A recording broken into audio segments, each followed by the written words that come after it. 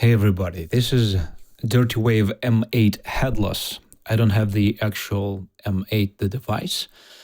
I have a special thing that makes it work with a little teensy. You can Google to get it for yourself and just run it in your browser like I do, and in a handheld device as well. And you can ask me questions in the comments if you want to know about it, if you want to ask something specific.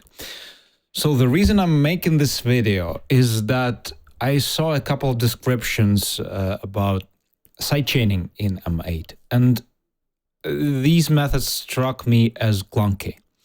I'm not experienced in trackers at all, but I work in as an audio professional and as a teacher, as a composer for over 20 years. I don't remember for how long now anymore.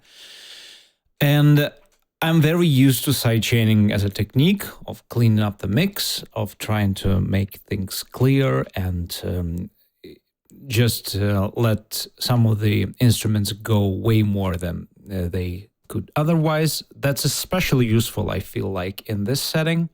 So we have here that little sketch of mine.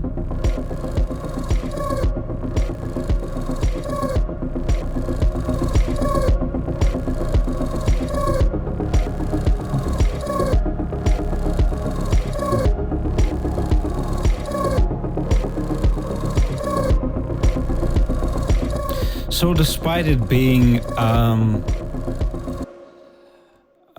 calm, I would say, it's pretty busy, as you can tell. It contains multiple layers. Some of them go relentlessly all the time. And that's where sidechaining can help very much. So even if I don't have all these layers, like here,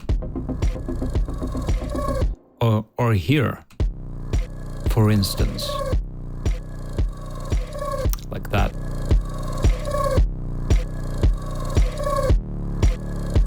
you can tell that sidechain really helps to glue that with that, for example.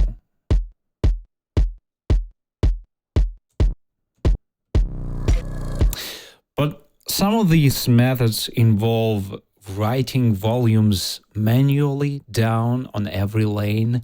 Some of them, like, they use effects over the kick to write a volume lane for one of the channels.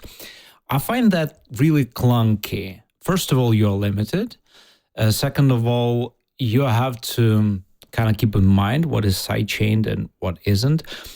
I can see the usefulness of it in other contexts. And again, I'm really kind of speaking out of turn if I didn't have like hours and hours and hours on this thing. I only had maybe like a couple or three just to explore the synths and the possibilities. I really like the thing. It is way more versatile than I imagined in the first place, but I don't see it like as a holy grail as some people do. I think that's unnecessary. So to sidechaining, right? There is a downside to my method. You are sacrificing one of the modulators. So let me show you what I mean. I have this instrument here, this one. This is just a sample of my bodies that runs in the background. As you can tell, it's like making all the thing basically, making everything basically worth it at the end. So if you take notice carefully, you'll see that in this first channel, it's mapped right there. You can tell that it kind of bumps down, right? Every time the kick hits, it kind of goes down a little bit, right? Can you tell? Just in waves. Let me show you what happens if I just remove the kick pattern completely.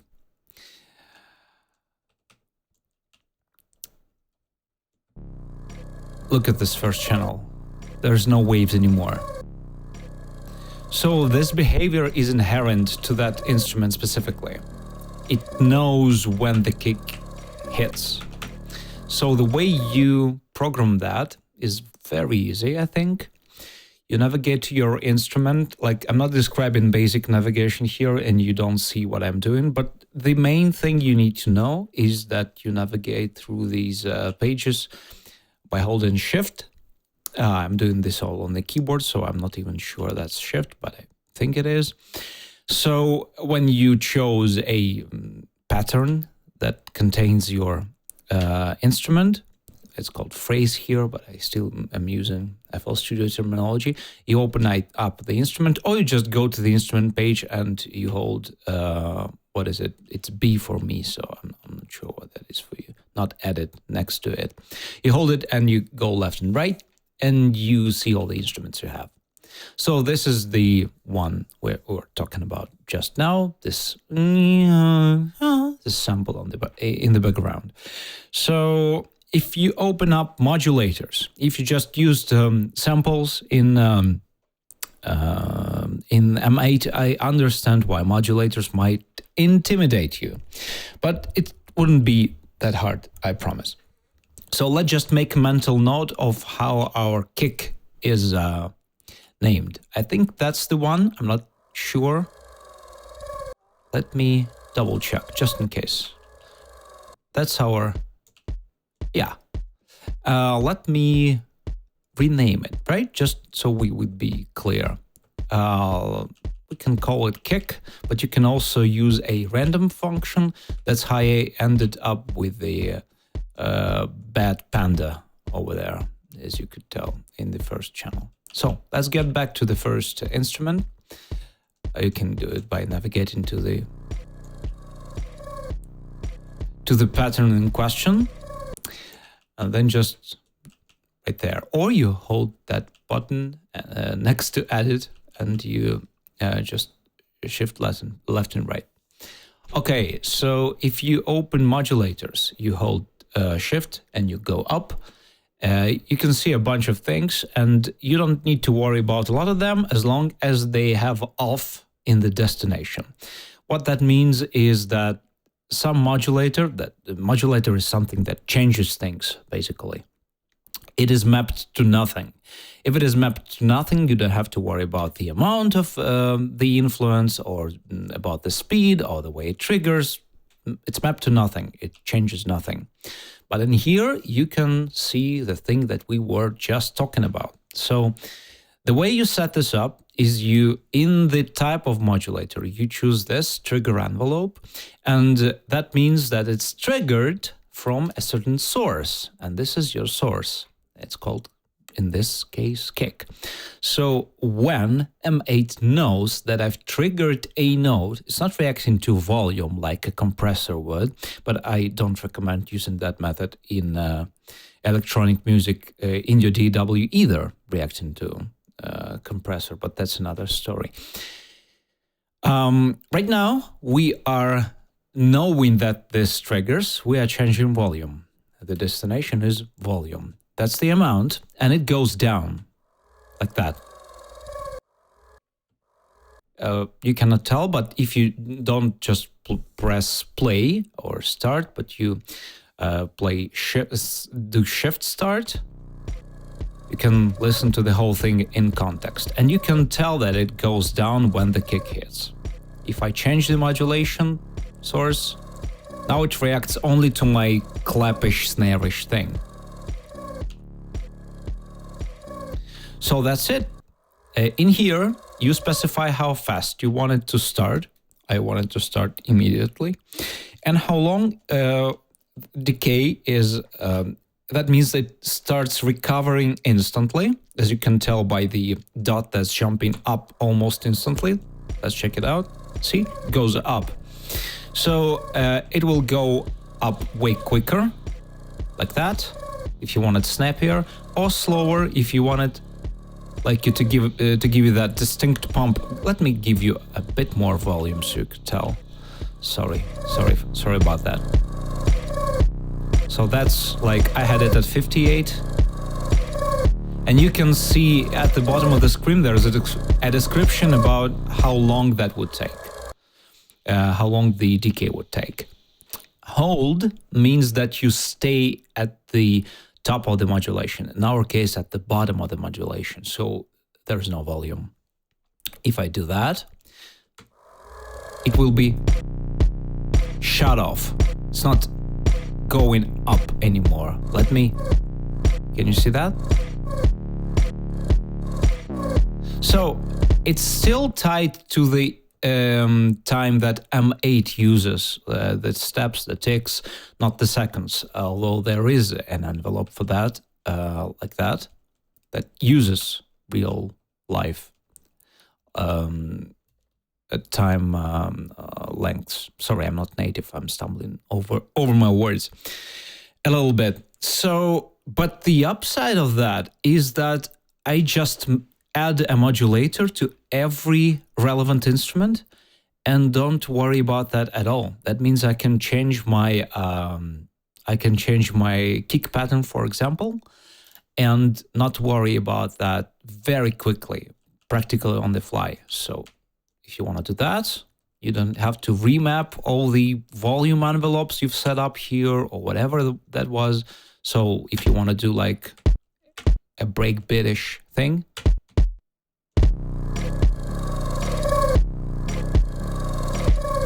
still reacts perfectly.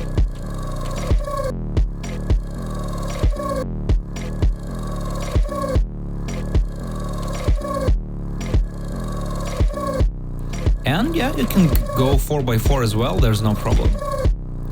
The other upside is that you can have obviously different envelopes for different instruments. So I have this 10-ish sounding FM synth right there. You can copy the settings if you want.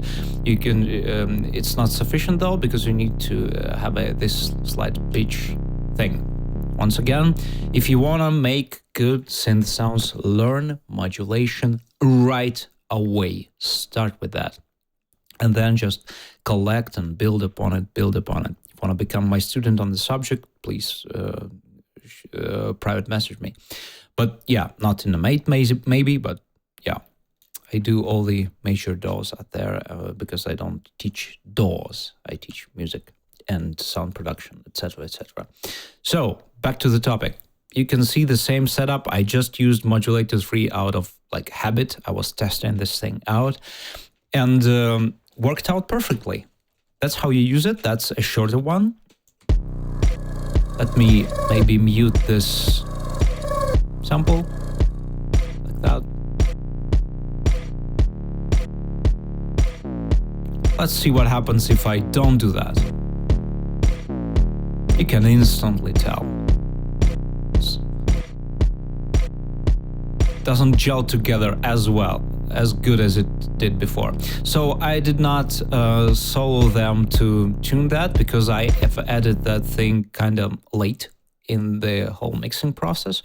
Because at first you start off with like a rough at least me, I started with just a rough draft to make sure that this modulator does work as I would imagine it would work. But then I jump onto my PC with this M8 Headless and I mix through the headphones and I switch real phones back and forth to make sure that the balances are okay. And of course, it turns out that my headphones were boomy and I did not account for the lack of the sub bass and the lows. It was basically a way less fleshed out. So it was, I think, like that. Which in certain headphones sounds okay, but when you translate it to the bigger sound, it wouldn't. So we needed that, beefy little punch in there. So yeah, I did that for all the instruments that were relevant to the subject. You don't have to worry about all the things. But for example, if you're looking to use, I might do, if you want, a separate short tutorial on Hypersynth, because I love that thing now, because I love chords and all these toys like trackers and samplers, etc. They restrict you very much in that regard. But in here, I didn't feel like that because it is very well thought out in my opinion. It works like this, has different chords that you can program in and you can switch on the fly, and it can adhere to a scale, which is amazing. So right there, it's gonna change. And all this pattern is just programmed very easily because it just changes the preset combinations of notes, and I can do octave up very easily, and I can switch it, as you can see with this transpose 3, I can switch it up 3 semitones, and I've just changed the chord. No problem. I don't have to worry about intervals because it, as I said above, it accounts for a scale. If you don't know what that means, then it's fine.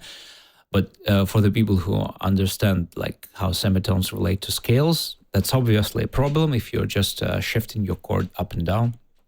But in here it solves that. So I used that as a combination for like, I combined, as you can tell, my bass line and my top line somewhat, right?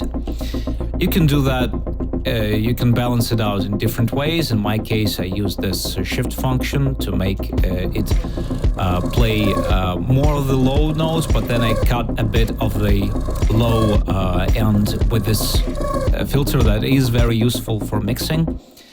I'm not in version 4 yet, because my handheld cannot handle that for some reason, so I am on 3.3.3 version of the firmware.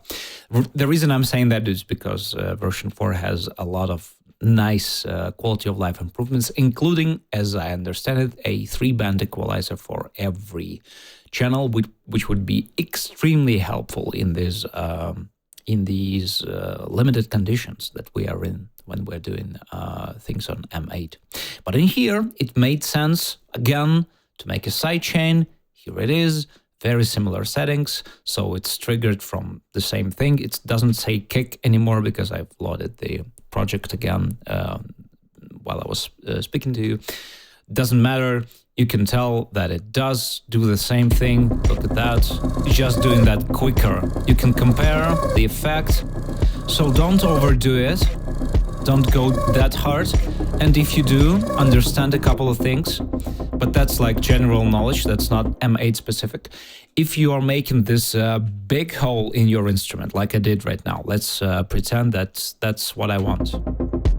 Like that. Like a little pump, right? So if it happens like that, you want to bring your volume up, right? That's the instinct of yours, and which is fine, which will fix things, but you'll have to learn to compensate.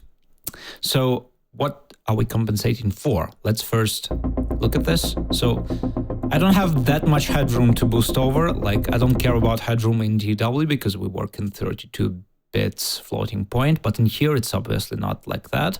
It wasn't obvious to me until I clipped channels and I could tell that they were clipping internally before they get to the mixing stage, which is not the case in your regular DW, not at all, despite what people tell you. You can test it out yourself. So if we go up, we cannot go higher in this case. So you'll have to like bring your instrument slower to compensate for that. Let's say you did. Let's say you have like a lot of headroom in others, you have a nice balance going, and it suits your track, whatever, and we still have a lot of headroom right there. See, I can bump the volume up quite a bit and still works out. But the problem is, as you can tell, it's way quieter when I compared to when it's playing alone, which is a problem because then you'll want to arrange your track on the fly and turn the drums off and it jumps out at you. So what I mean by compensate is very easily just turn the volume down once you, let's say you get to this point where you don't want the kick to play like that, right? So your pattern is looking to be like that. Just simple as that. Just bring the volume down. It's not volume, it's velocity, but in our case it only means that, which is there. So it's not out of place anymore as much as it was. So let me finish it up. I went on multiple tangents, so I am sorry. I'm also sorry for my English because I'm not a native. But to top things off, let's just round up our knowledge. If you have a source that you would like to trigger the side chaining in your track, let's say it's a kick, You can go into any instrument settings that you want to pump under that instrument. You go to the modulation page. You do that by navigating up from the instrument page that you're interested in. Let's say it's this Hypersynth. You navigate up and then you create a modulator. It doesn't have to be in the slot 3 at all. It has to be a trigger envelope though. And then you specify what is the source of the triggering. So it has to be the kick in our case, as you can see that says one shot. That's how my channel was named. Then you can modulate it up. That wouldn't be the way we were doing it right now. And then you can modulate it down, which is I think one of the intended purposes in this case. I think it's very clever. I think it's compact. It keeps your things tidy, especially if you want to use like maybe a clap that is combined with a kick, and sometimes you use it separately so it has a good transient, and sometimes you combine it with a kick so you want to cut the transient off automatically. Again, a thing that I would be mindful of either in a mate environment or in a real DAW. So I commonly see this misconception that the easy interface or like limited approach would make your things, make your shit better. Maybe it will let you concentrate on certain things, but if you don't have certain knowledge, you don't have certain knowledge. Doesn't matter where. And sometimes DW is way more approachable in the visual regard, that you can clearly see the things that are happening either on a timeline or through your analyzer, whatever that is. So I hope it was helpful. I was Vospi, and see you around. This is my secondary channel, by the way, and if you're interested in my main stuff, you just Google Vospi. So yeah, have a good time.